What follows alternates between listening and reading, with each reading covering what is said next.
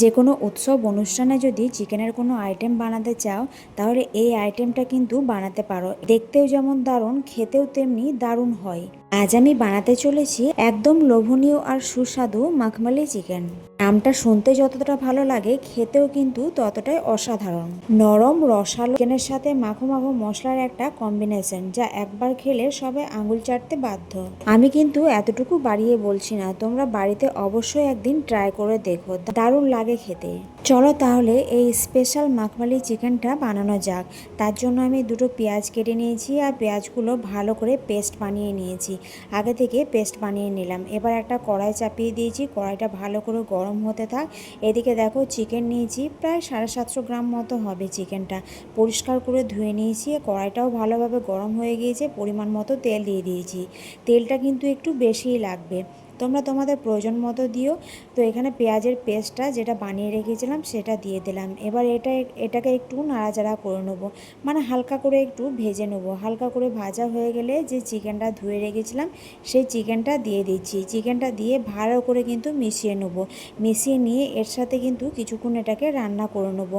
বেশিক্ষণ নয়, 5 থেকে 10 মিনিট মতো ভালো করে এটাকে রান্না করে নেবো। ফ্লেম একদম হাইয়ে রেখেছি। হাই ফ্লেমে এটাকে ভালো করে এটাকে নাড়াচাড়া করে কিছুক্ষণ এটাকে রান্না করে নিচ্ছি। রান্না করে নেওয়ার পর এর মধ্যে কিছু মশলা অ্যাড করব। দিয়ে দিচ্ছি আদা রসুনের পেস্ট 1 চামচ মতো, ধনে গুঁড়ো 2 চামচ, জিরে গুঁড়ো 2 চামচ, আর এখানে দিয়েছি চিলি ফ্লেক্স। আর এই রান্নাটা কিন্তু আমি ইউটিউবে দেখে শিখেছি, দারুণ হয় খেতে, খুবই ভালো হয়েছিল।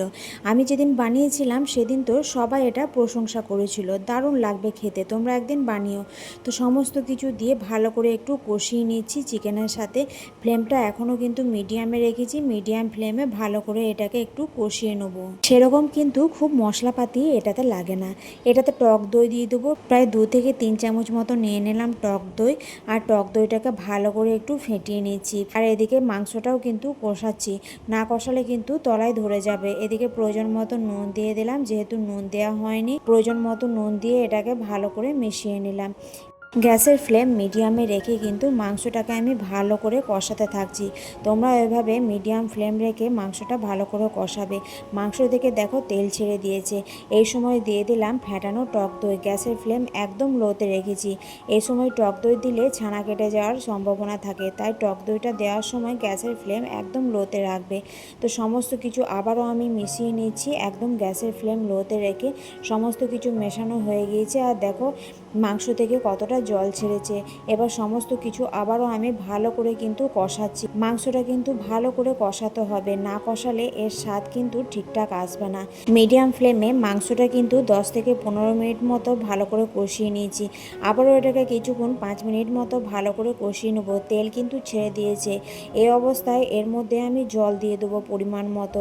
তোমরা তোমাদের আন্দাজ মতো জল দিয়ে দেবে। এখানে 1 বাটি মতো দিয়ে দিলাম জল। মাংসটা কিন্তু আমার ভালো করে কষানো হয়ে গিয়েছিল। কষানো হওয়ার পরে কিন্তু জলটা অ্যাড করলাম। জলটা পরিমাণ মতো দিয়ে ভালো করে মিশিয়ে নিলাম সমস্ত কিছু। এবার ঝোল ফোটার জন্য অপেক্ষা করব। আর মাংসটাও কিন্তু ভালোভাবে সেদ্ধ করে নেবো। মাংসটা কষাতে কষাতেই অনেকটা সেদ্ধ হয়ে গিয়েছে। আর কিছুক্ষণ এটা রান্না করলে মাংসটা পুরোপুরিভাবে সেদ্ধ হয়ে যাবে। তো ঝোল ফুটে গিয়েছে। ফ্লেমটা হাই রেখেছিলাম, এখন মিডিয়ামে রেখে এটাকে ভালো করে সেদ্ধ করব। এদিকে দেখো একটা ক্যাপসিকাম নিয়ে নিয়েছি আর দুটো টমেটো নিয়ে নিয়েছি। এটাকে ভালো করে পরিষ্কার করে ধুয়ে নেব। আর হ্যাঁ, আদা নিয়েছি কিছুটা, ভালো করে পরিষ্কার করে ধুয়ে এটাকে কেটে নিয়েছি। সেটা অনেকটা সেদ্ধ হয়ে গিয়েছে। এই অবস্থায় দিয়ে দিলাম কিছুটা ফ্রেশ ক্রিম, গরম মশলার গুঁড়ো। তো সমস্ত কিছু ভালো করে মিশিয়ে নিচ্ছি। আবারও আমি ভালো করে এটাকে মিশিয়ে নেওয়ার পর কিছুক্ষণ এটাকে রান্না করব। তো এটা এখন রান্না হতে থাক।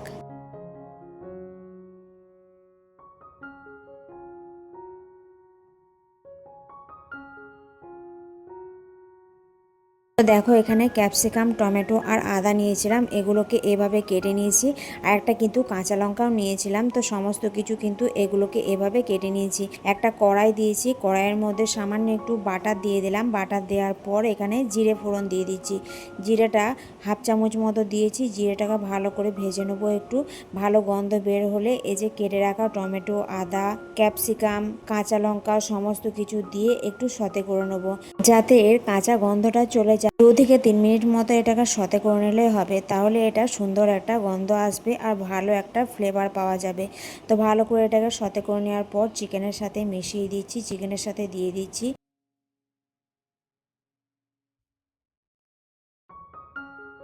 সমস্ত কিছু কিন্তু চিকেনের সাথে দিয়ে দিলাম। এবার এটাকে ভালো করে মেশাতে হবে।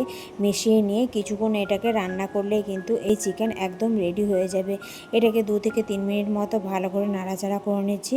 চিকেনটা কিন্তু মোটামুটি আমার রেডি হয়ে গিয়েছে, শুধু 2 থেকে 3 মিনিট মতো একটু নাড়াচাড়া করে নিলেই হবে। তো ভালো করে এটাকে কিছুক্ষণ ফুটিয়ে নিচ্ছি। দেখুন চিকেনটা কিন্তু একদম রেডি। আর এটা রুটি, পরোটা, পোলাও যে কোনো কিছুর সাথে সার্ভ করতে পারেন, দারুণ লাগে খেতে। আপনারা একদিন ট্রাই করে দেখতে পারেন এই মাখমালি চিকেন। তো কমেন্ট করে জানাবেন রেসিপিটা কেমন লাগলো। রেসিপিটা ভালো লাগলে অবশ্যই লাইক শেয়ার করতে ভুলবেন না।